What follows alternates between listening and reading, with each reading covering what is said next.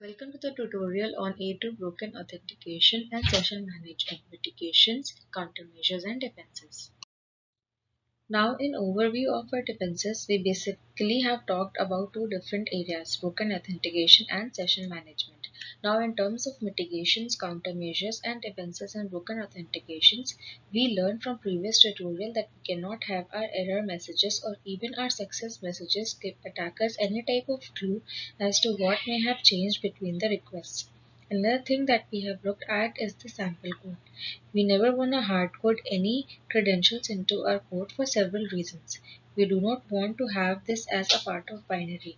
It also means that you are using the same credentials in every single environment from development all the way to production.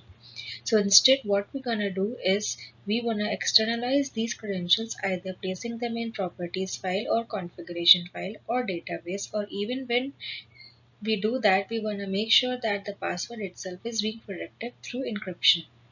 We also talked about password policy enforcements.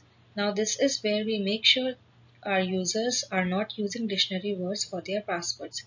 We also want to enforce aging, which means password expire after a certain number of days and have to be reset. Strength of course have to do with the length of the passwords and what can be contained in them. And finally, we talked about good password management, meaning that all passwords should be hashed in the database and they should include salts. Now, in the area of session management, we have learned that we need to make sure that our tokens or session IDs are unpredictable. Now, unpredictability is not going to come from homegrown way of creating a randomness. We cannot use timestamps and things like that, as these are very easy to pick up on previous attacker tools. And so we need to make sure unpredictability is done through secure randomness. Also, we need to have expiration policies on our sessions. Make sure that they time out after a reasonable amount of time. We also need to make sure that any kind of advanced login or logout actually reset our session IDs.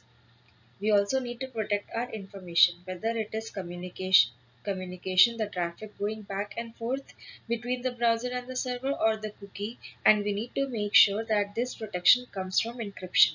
We did speak about cookie security. We know that cookie also needs to be protected with the HTTP only and secure flags from manipulation. Now let's take a look at the sample code that could be used to actually set the session fixation problems that we saw earlier. So in the problem, we saw that HTTP response showed the cookie before login and after login, and in both cases, that session ID stored in the cookie remained the same.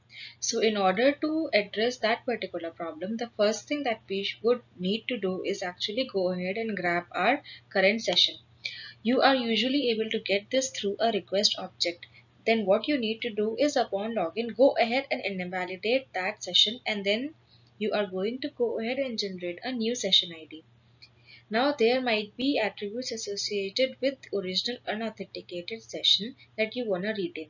That's not a problem. You should be able to get those attributes from that original session, save them off, and then assign them to your new generated session. So this concludes our mitigations, countermeasures, and defenses.